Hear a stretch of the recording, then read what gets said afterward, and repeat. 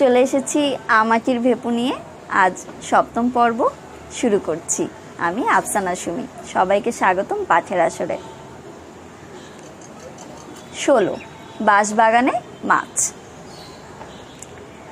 বৃষ্টির বিরাম নাই, একটু থামে আবার অমনি জোরে আসে। বৃষ্টির ছাটে চারিধার ধোয়া ধোয়া। হরিহর মোটে 5টা টাকা পাঠাইয়াছিল, তাহার পর আর পত্রও নাই, টাকাও নাই। সেও অনেক দিন হইয়া গেল। রোজ সকালে উঠিয়া সর্বজয়া ভাবে আজ ঠিক খরচ আসিবে। ছেলেকে বলে, তুই খেলে খেলে বেড়াস বলে দেখতে পাস নে, ডাক বাক্সটার কাছে বসে থাকবি, পিয়ন যেমন আসবে আর অমনি জিজ্ঞেস করবি। অপু বলে, বা আমি বুঝি বসে থাকি নে, কালও তো এলো পুটিদের চিঠি, আমাদের খবরের কাগজ দিয়ে গেল, জিজ্ঞেস করে এসো দেখি পুটিকে। কাল তবে খবরের কাগজ কি করে এলো? আমি থাকি না বই কি। বর্ষা রীতিমতো নামিয়াছে। অপু মায়ের কথায় ঠায় রায়েদের চণ্ডী মণ্ডপে পিয়নের প্রত্যাশায় বসিয়া থাকে। সাধু কর্মকারের ঘরে চালা হইতে গোলা পায়রার দল ভিজিতে ভিজিতে ঝটাপট করিয়া উড়িতে উড়িতে রায়েদের পশ্চিমের ঘরের কার্নিশে আসিতেছে। চাহিয়া চাহিয়া দেখে, আকাশের ডাককে সে বড় ভয় করে। বিদ্যুৎ চমকাইলে মনে মনে ভাবে, দেবতা কিরকম নল পাচ্ছে দেখেছ, এইবার ঠিক ডাকবে। পরে সে চোখ বুজিয়া কানে আঙুল দিয়া থাকে। বাড়ি ফিরিয়া দেখে মা ও দিদি সারা বিকাল ভিজিতে ভিজিতে রাশিকৃত কচুর শাক তুলিয়া রান্নাঘরের দাওয়ায় জড়ো করিয়াছে। অপু বলে, কোত্থেকে আনলে মা? কত। দুর্গা হাসিয়া বলে, কত? তোমার তো বসে বসে বড় সুবিধে, ওই ওদের ডোবার জামতলা থেকে এই এতটা হাঁটু জল, তাও যাও দেখি। সকালে ঘাটে গিয়া নাপিত বউয়ের সঙ্গে দেখা হয়। সর্বজয়া কাপড়ের ভেতর হইতে কাঁসার একখানা রেকাবি বাহির করিয়া বলে, এই দেখো জিনিসখানা, খুব ভালো, ভরণ না কিছু না, ফুল কাঁসা। তুমি বলেছিলে যাই বলি যাইনি, তাই বলি যাই নিয়ে। এসে জিনিস নয়, এ আমার বিয়ের দান, এখন এ জিনিস আর মেলে না। অনেক দরদস্তুরের পর নাপিত বউ নগদ একটি আধুলি আঁচল হইতে খুলিয়া দিয়া রেকাবিখানা কাপড়ের মধ্যে লুকাইয়া লয়, কাউকে যেন প্রকাশ না করে। সর্বজয়া এই অনুরোধ বারবার করে। 2-1 দিন ঘনীভূত বর্ষা নামিল।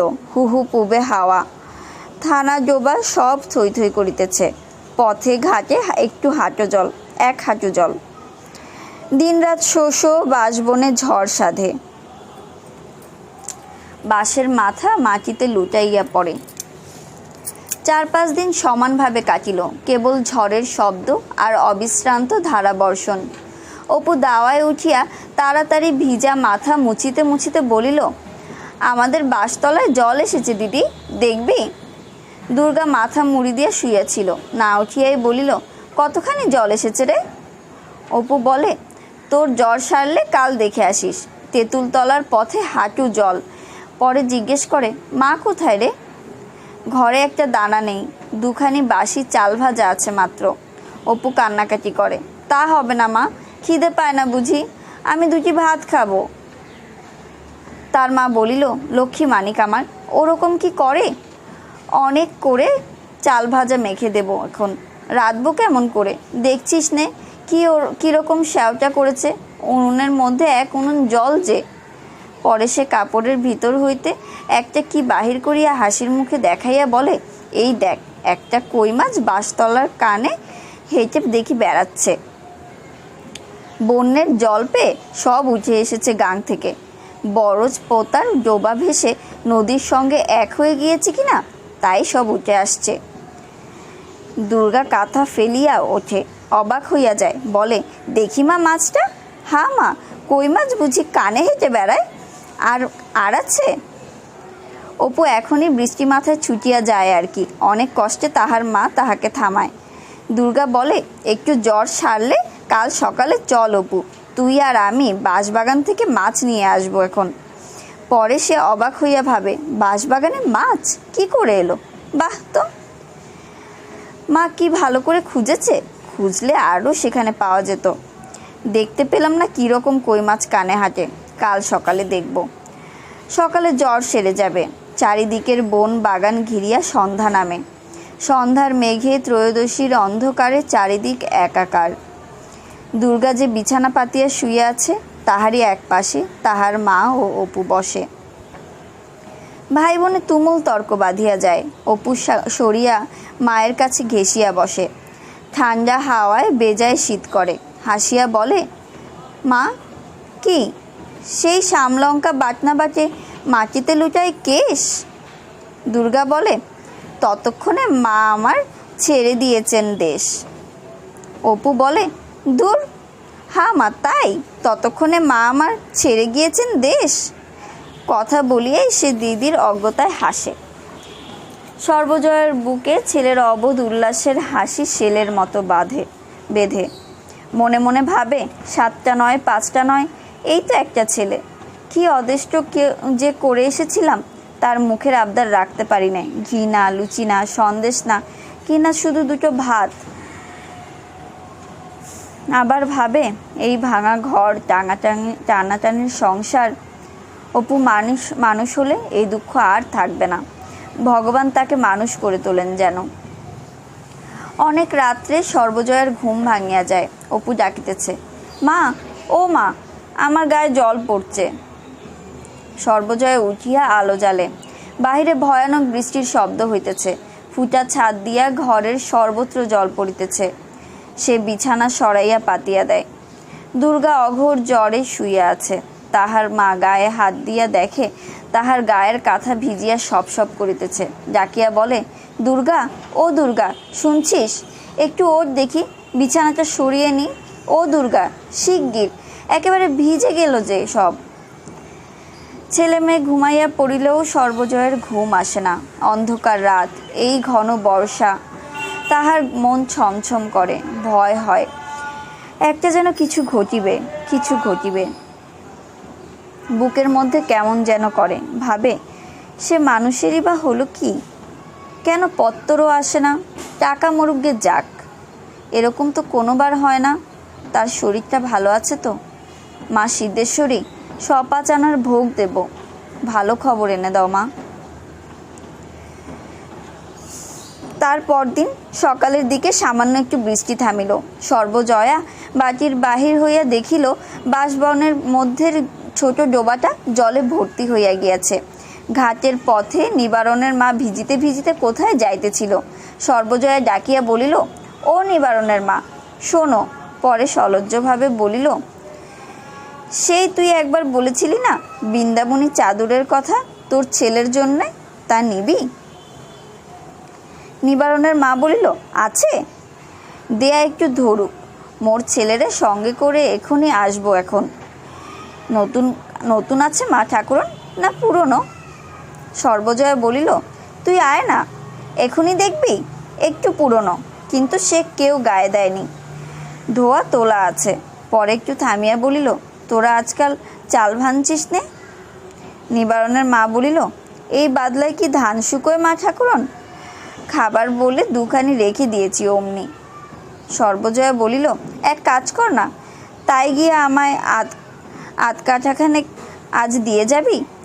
একটু সরিয়া আসিয়া মিনতির সুরে বলিল, বৃষ্টির জন্যে বাজার থেকে চাল আনবার লোক পাচ্ছি নে, টাকা নিয়ে বেড়াচ্ছি, তা কেউ যদি রাজি হয়। বড় মুশকিলে পড়েছি মা। নিবারণের মা শিকার হইয়া গেল, বলিল, আসবো এখন নিয়ে, কিন্তু সে ভেটেল ধানের চালির ভাত কি আপনারা খেতে পারবেন মা ঠাকুরন? বড্ড মোটা, নিমছাল সিদ্ধ দুর্গা আর খাইতে পারে না। তাহার অসুখ একভাবেই আছে। ঔষধ নাই, পথ্য নাই, ডাক্তার নাই, বৈদ্য নাই। বলে, 1 পয়সার বিস্কিট আনিয়ে দেবে মা, নোনতা মুখে বেশ লাগে। সাবু তাই জোটে না, তাই আবার বিস্কুট। বৈকাল বেলা হইতে আবার ভয়ানক বৃষ্টি নামিল। বৃষ্টির সঙ্গে ঝড়ও যেন বেশ করিয়া আসিল। ঘোর বর্ষণ মুখর নির্জন জলে থই থই, হুহু পুবে হাওয়া বওয়া। মেঘে অন্ধকারে একাকার ভাদ্র সন্ধ্যা। আবার সেই রকম কালো কালো পেঁজা তুলোর মতো মেঘ উড়িয়া চলিয়াছে। বৃষ্টির মধ্যে কান পাতা যায় না। দরজার জানালা দিয়া ঠান্ডা হাওয়ার ঝাপটার সঙ্গে বৃষ্টির ছাট হু হু করিয়া ঘরে ঢোকে। ছেঁড়া থলে, ছেঁড়া কাপড় গোজা, ভাঙা কবাটের আড়ালের মধ্যে কি যে ঝড়ের ভীম আক্রমণের মুখে দাঁড়ায়। বেশি রাত্রে সকলে ঘুমাইলে বেশি বৃষ্টি নামিল। সর্বজয়ের ঘুম আসে না। সে বিছানায় উঠিয়া বসে। শরীর ভাবনায় অনাহারে দুর্বল, মাথার মধ্যে কেমন করে। জলের ছাটে ঘর ভাসিয়া যাইতেছে। হাত দিয়া দেখিল ঘুমন্ত অপুর গা জলে ভিজিয়া নেতা হইয়া যাইতেছে। কি করে সে? আর কত রাত আছে? সে বিছানা হাতড়াইয়া দেয়াশলাই খুঁজিয়া কেরোসিনের ডিব্বাটা জ্বালে। ডাকে, ও অপু, ওর তো জল পড়ছে। অপু ঘুম চোখে জড়িত, গলায় কি বলে বোঝা যায় না। আবার ডাকে, অপু শুনছিস? ও অপু, ওর দেখি।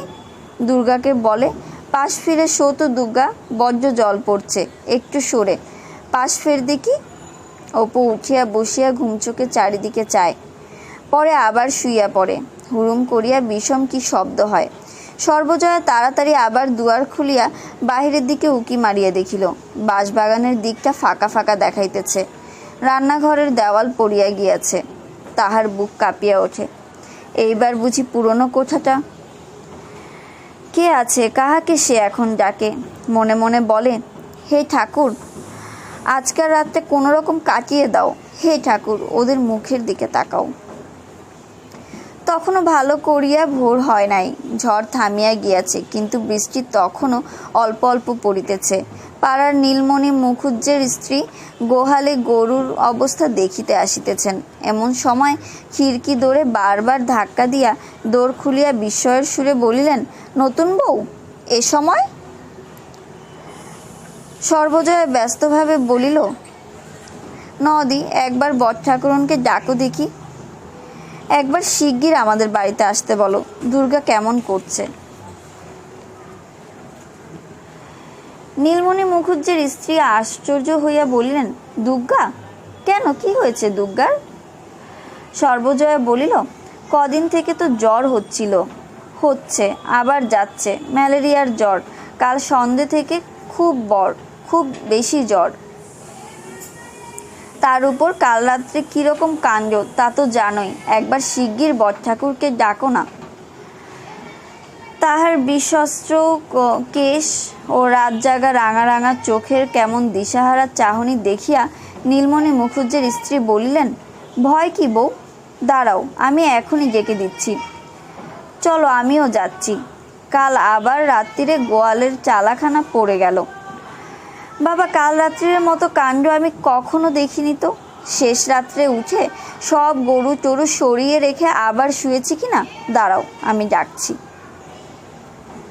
একটু পরে নীলমণি মুখুজ্জে, তাহার বড় ছেলে ফণি, স্ত্রী ও দুই মেয়ে সকলে অপুদের বাড়িতে আসিলেন। দুর্গার বিছানার পাশে অপু বসিয়া আছে। নীলমণি মুখুজ্জে ঘরে ঢুকিয়া বলিলেন, কি হয়েছে বাবা অপু? অপুর মুখে উদ্বেগের চিহ্ন। বলিল, দিদি কি সব বকছিল জ্যাঠামশাই? নীলমণি বিছানার পাশে বসিয়া বলিলেন, দেখি হাতখানা, জ্বরটা একটু বেশি। আচ্ছা, কোনো ভয় নেই। ফণি, তুমি একবার চট করে নবাবগঞ্জে চলে যাও দেখি, শরৎ ডাক্তারের কাছে। একেবারে ডেকে নিয়ে আসবে। পরে তিনি ডাকিলেন, দুর্গা, ও দুর্গা। দুর্গার অঘোর আচ্ছন্ন ভাব, সারা শব্দ নাই। একটু বেলায় নবাবগঞ্জ হইতে শরৎ ডাক্তার আসিলেন। দেখিয়া শুনিয়া ঔষধের ব্যবস্থা করিলেন। বলিয়া গেলেন যে বিশেষ ভয়ের কোনো কারণ নেই, জ্বর বেশি হইয়াছে। মাথায় জলপট্টি নিয়মিতভাবে দেওয়ার বন্দোবস্ত করিতে বলিলেন। হরিহর কোথায় আছে জানা নাই, তবুও তাহার পূর্ব ঠিকানায় তাহাকে একখানি পত্র দেওয়া হইল। পরদিন ঝড় বৃষ্টি থামিয়া গেল। আকাশের মেঘ কাটিতে শুরু করিল। নীলমণি মুখুজ্জে দুবেলা নিয়মিত দেখাশোনা করিতে লাগিলেন। ঝড় বৃষ্টি থামিবার পরদিন হইতেই দুর্গার জ্বর আবার বড় বাড়িল। শরৎ ডাক্তার সুবিধা বুঝিলেন না। হরিহরকে আর একখানা পত্র দেওয়া হইল। অপু তাহার দিদির মাথার কাছে বসিয়া জলপট্টি দিতেছিল। দিদিকে দু একবার ডাকিল, ও দিদি শুনছিস? কেমন আছিস? ও দিদি। দুর্গার কেমন আচ্ছন্ন ভাব, ঠোঁট নড়িতেছে, কি যেন আপন মনে বলিতেছে, ঘোর ঘোর। অপু কানের কাছে মুখ লইয়া গিয়া দু একবার চেষ্টা করিয়াও কিছু বুঝিতে পারিল না। বৈকালের দিকে জ্বর ছাড়িয়া গেল। দুর্গা আবার চোখ মেলিয়া চাহিতে পারিল এতক্ষণ পরে। ভাবিল দুর্বল হইয়া পড়িয়াছে, চিচি করিয়া কথা বলিতেছে, ভালো করিয়া না শুনিলে বোঝা যায় না কি বলিতেছে। মা গৃহকার্যে উঠিয়া গেলে অপু দিদির কাছে বসিয়া রহিল। দুর্গা চোখ তুলিয়া তাহার দিকে চাহিয়া বলিল, বেলা কত রে? অপু বলিল, বেলা এখনো অনেক আছে, রোদ্দুর উঠেছে আজ, দেখেছিস দিদি? এখনো আমাদের নারকেল গাছের মাথায় রোদ্দুর রয়েছে। খানিকক্ষণ দুজনেই কোনো কথা বলিল না। অনেক দিন পর রৌদ্র ওঠাতে অপুর ভারী আহ্লাদ হইয়াছে। সে জানালার বাহিরে রৌদ্র আলোকিত গাছটার মাথায় চাহিয়া রহিল। খানিকটা পরে দুর্গা বলিল, শোন অপু, একটা কথা শোন। কি রে দিদি? পরে সে দিদির মুখের আরও কাছে মুখ লইয়া গেল। আমায় একদিন তুই রেলগাড়ি দেখাবি? দেখবো এখন। তুই সেরে উঠলে বাবাকে বলে আমরা সব একদিন গঙ্গা নাইতে যাব রেলগাড়ি করে। সারা দিন রাত্রি কাটিয়া গেল। ঝড় বৃষ্টি কোনো কালে হইয়াছিল বলে মনে হয় না। চারিধারে দারুণ শরতের রৌদ্র। সকাল 10টার সময়ে নীলমণি মুখুজ্জে অনেক দিন পরে নদীতে স্নান করিতে যাইবেন বলিয়া তেল মাখিতে বসিয়াছেন। তাহার স্ত্রীর উত্তেজিত সুর তার কানে গেল। ওগো, এসো তো একবার এদিকে শিগগির। অপুদের বাড়ির দিক থেকে যেন একটা কান্নার গলা পাওয়া যাচ্ছে। ব্যাপারটা কি দেখিতে সকলে ছুটিয়া গেলেন। সর্বজয়া মেয়ের মুখের উপর ঝুঁকিয়া পড়িয়া বলিতেছে, ও দুর্গা, চা দেখি। ও মা, ভালো করে চা দেখি। ও দুর্গা, একবার মা বলে ডাক। নীলমণি মুখুজ্জে ঘরে ঢুকিয়া বলিলেন, কি হয়েছে? সব সরো দেখি, সব সরো। আহা, কেন সব বাতাসটা বন্ধ করে দাঁড়াও। সর্বজয়া ভাসুর সম্পর্কীয় প্রতিবেশীর ঘরের মধ্যে উপস্থিতি ভুলিয়া গিয়া চিৎকার করিয়া উঠিল, ওগো, কি হলো? মেয়ে অমন করছে কেন? দুর্গা আর পৃথিবীর আলোয় চোখ চাহিল না। আবার শরৎ ডাক্তারকে ডাকা হইল। তিনি আসিয়াও রোগী দেখিয়া বলিলেন, খুব জ্বরের পর যেমন বিরাম হয়েছে আর অমনি হার্ট ফেল করেছে। ঠিক এইবার একটা কেস হয়ে গেল সেদিন 10 ঘরার মুখুজ্জের বাড়িতেও। আধ ঘন্টার মধ্যে পাড়ার লোকে উঠান ভাঙিয়া পড়িল।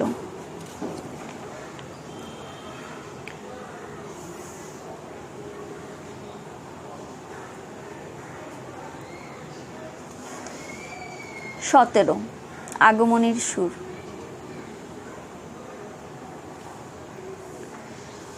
হরিহর বাড়ির চিঠি পায় নাই। এবার বাড়ি হইতে বাহির হইয়া হরিহর রায় প্রথমে গোয়ারি কৃষ্ণনগর যায়। কাহারও সঙ্গে তথায় পরিচয় ছিল না। শহর বাজার জায়গা, একটা না একটা কিছু উপায় হইবে এই কুহকে পড়িয়াই সে সেখানে গিয়াছিল।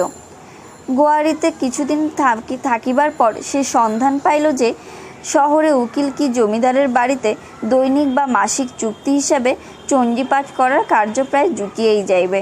আশায় আশায় দিন 15 কাটাইয়া বাড়ি হইতে পথ খরচ বলিয়া যৎসামান্য যাহা কিছু আনিয়াছিল ফুরাইয়া ফেলিল। অথচ কোথাও কিছু সুবিধা হয় না। সে পড়িল মহা বিপদে। অপরিচিত স্থান, কেহ একটি পয়সা দিয়ে সাহায্য করে এমন নাই। খোরে বাজারের যে হোটেলটিতে সে ছিল 2 পয়সা ফুরাইয়া গেলে সেখান হইতে বাহির হইতে হইবে। একজনের নিকট শুনিল স্থানীয় হরিসভায় নবাগত অভাবগ্রস্ত ব্রাহ্মণ পথিককে বিনামূল্যে থাকিতে ও খাইতে দেওয়া হয়। অভাব জানাইয়া হরিসভার একটা কুঠুরির একপাশে স্থান পাইল থাকিবার। কিন্তু সেখানে বড় অসুবিধা। অনেকগুলি নিষ্কর্মা গাঁজাখোর লোক রাত্রিরে সেখানে আড্ডা জমায়। প্রায় সমস্ত রাত্রি হৈ হৈ করিয়া কাটায়। অতি কষ্টে দিন কাটাইয়া সে শহরের বড় বড় উকিল ও ধনী গৃহস্থের বাড়িতে ঘুরিতে লাগিল। সারাদিন ঘুরিয়া অনেক রাত্রিতে ফিরিয়া একদিন দেখিতে তাহার সারাদিন ঘুরিয়া অনেক রাত্রিতে ফিরিয়া এক একদিন দেখিত তাহার স্থানটিতে তাহারই বিছানাটি টানিয়া লইয়া কে একজন অজ্ঞাত কুলশীল ব্যক্তি নাক ডাকাইয়া ঘুমাইতেছে। হরিহর কয়েকদিন বাহিরের বারান্দায় শুইয়া কাটাইল। প্রায়ই এরূপ হওয়াতে ইহা লইয়া গাঁজাখোর সম্প্রদায়ের সহিত তাহার একটু বচসা হল। পরদিন প্রাতে তাহারা হরিসভার সেক্রেটারির কাছে গিয়া কি লাগাইল তাহারাই জানে। সেক্রেটারি বাবু নিজ বাড়িতে হরিহরকে ডাকাইয়া পাঠাইলেন ও বলিলেন, তাহাদের হরিসভায় 3 দিনের বেশি থাকিবার নিয়ম নাই, সে যেন অন্যত্র বাসস্থান দেখিয়া লয়। সন্ধ্যার পর জিনিসপত্র লইয়া হরিহরকে হরিসভার বাড়ি হইতে বাহির হইতে হইল। খোরে নদীর ধারে অল্প একটু নির্জন স্থানে পুটুলিটা নামাইয়া রাখিয়া নদীর জলে হাত মুখ ধুইল। সারাদিন কিছু খাওয়া হয় নাই। সেদিন একটি কাঠের গোলাতে বসিয়া শ্যামা বিষয় গান করিয়াছিল। গোলার অধিকারী একটি টাকা প্রণামী দেয়। সেই টাকাটি হইতে কিছু পয়সা ভাঙাইয়া বাজার হইতে মুড়ি ও দই কিনিয়া আনিল। খাবার গলা দিয়া যেন নামে না। মাত্র দিন দশেকের সম্বল রাখিয়া সে বাড়ি হইতে বাহির হইয়াছে। অদ্য প্রায় 2 মাসের উপর হইয়া গেল। এ পর্যন্ত একটি পয়সা পাঠাইতে পারে নাই। এতদিন কি করিয়া তাহাদের চলিতেছে? অপু বাড়ি হইতে আসিবার সময় বারবার বলিয়া দিয়াছে তাহার জন্য একখানা পদ্মপুরাণ কিনিয়া লইয়া যাইবার জন্য। ছেলে বই পড়িতে বড় ভালোবাসে। মাঝে মাঝে সে যে বাপের বাক্স দপ্তর খুলিয়া লুকাইয়া বই বাহির করিয়া লইয়া পড়ে তাহা হরিহর বুঝিতে পারে। বাড়ি হইতে আসিবার পূর্বে হরিহর যোগীপাড়া হইতে একখানা বটতলার পদ্মপুরাণ পড়িবার জন্য লইয়া আসে। অপু বইখানা দখল করিয়া বসিল। রোজ রোজ পড়ে। কুচুনি পাড়ায় শিব ঠাকুরের মাছ ধরিতে যাওয়ার কথাটা পড়িয়া তাহার ভারী আমোদ। হরিহর বলে, বইখানা দাও বাবা। যাদের বই তারা চাচ্ছে যে। অবশেষে একখানা পদ্মপুরাণ তাহাকে কিনিয়া দিতে হইবে। এই শর্তে বাবাকে রাজি করাইয়া তবে সে বই ফেরত দেয়। আসিবার সময় বারবার বলিয়াছে, সেই বই একখানা এনো কিন্তু বাবা, এবার অবশ্যই এনো। দুর্গার উঁচু নজর নাই। সে বলিয়া দিয়াছে একখানা সবুজ হাওয়াই কাপড় ও এক পাতা ভালো দেখিয়া আলতা লইয়া যাইবার জন্য। কিন্তু সেসব তো দূরের কথা। কি করিয়া বাড়িতে সংসার চলিতেছে সেই না এখন সমস্যা। সন্ধ্যার পর পূর্ব পরিচিত কাঠের গোলাটায় গিয়া সে রাত্রের মতো আশ্রয় লইল। ভালো ঘুম হইল না। বিছানায় শুইয়া বাড়িতে কি করিয়া কিছু পাঠায় এই ভাবনায় এপাশ ওপাশ করিতে লাগিল। সকালে উঠিয়া সে আবার লক্ষ্যহীনভাবে ঘুরিতে লাগিল। একটু শুভযোগ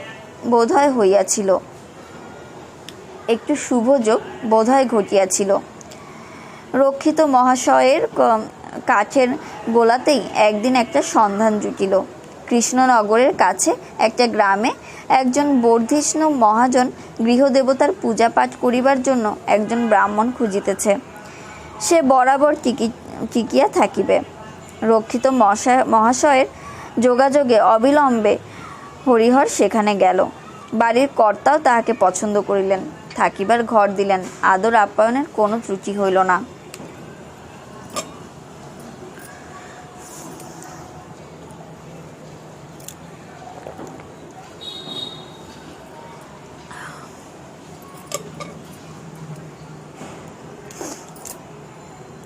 কয়েকদিন কাজ করিবার পরেই পূজা আসিয়া পড়িল।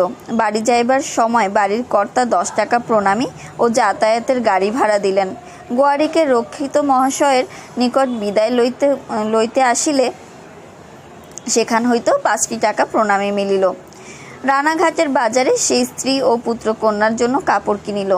দুর্গা লাল পাড় কাপড় পরিতে ভালোবাসে। তাহার জন্য বাছিয়া একখানা ভালো কাপড় ভালো দেখিয়া আলতা কয়েক পাতা নেওয়া হইল।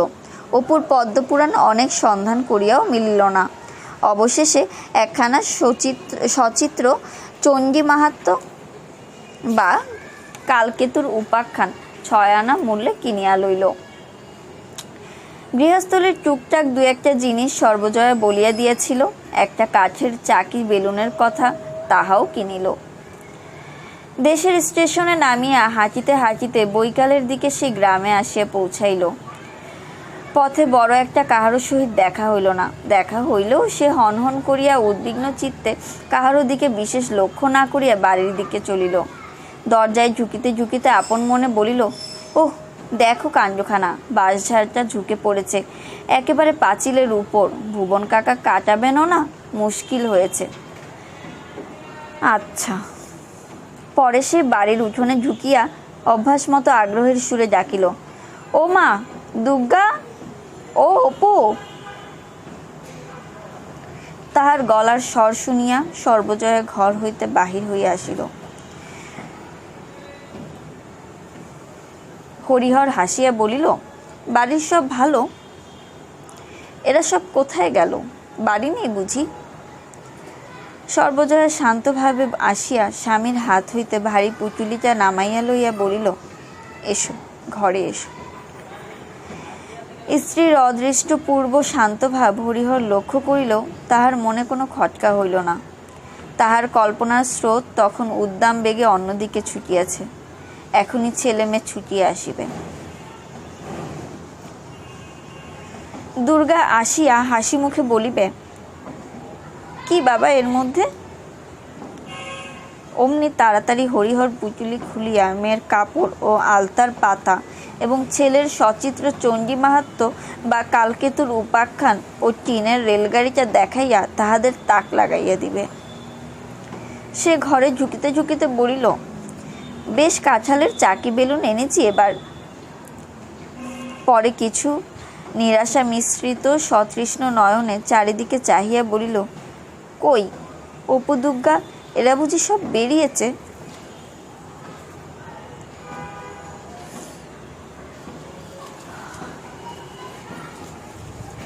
সর্বজয়া কোনো মতেই আর চাপিতে পারিল না। উচ্ছ্বসিত কণ্ঠে ফুকারিয়া কাঁদিয়া উঠিল।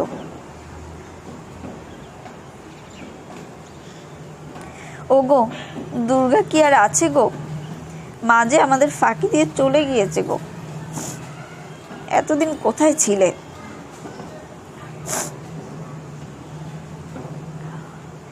গাঙ্গুলির বাড়ির পূজা অনেক কালের। আশমালির দিনও সানাইদার অন্য বৎসরের মতো রসুন চৌকি বাজাইতে আসিল।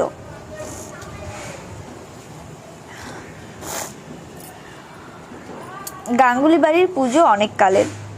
আশমালির দিনু সানাইদার অন্য বৎসরের মতো রসুন চৌকি বাজাইতে আসিল। প্রভাতের আকাশে আগমনীর আনন্দসুর বাজিয়া ওঠে। নতুন কাপড় পরাইয়া ছেলেকে সঙ্গে লইয়া হরিহর নিমন্ত্রণ খাইতে যায়। একখানা অগোছালো চুলে ঘেরা ছোট মুখের স্বনির্বদ্ধ গোপন অনুরোধ দুয়ারের পাশের বাতাসে মিশাইয়া থাকে। হরিহর পথে পা দিয়া কেমন অন্যমনস্ক হইয়া পড়ে। ছেলেকে বলে, এদিকে চলো, অনেক বেলা হয়ে গিয়েছে বাবা। দেখা হবে পরের পর্বে। আগামী পর্বে আশা করছি আমাচির ভেপু আমরা শেষ করতে পারবো। সবাই ভালো থাকবেন, আমাদের চ্যানেলটি সাবস্ক্রাইব করবেন, শেয়ার করবেন। সবাইকে ধন্যবাদ।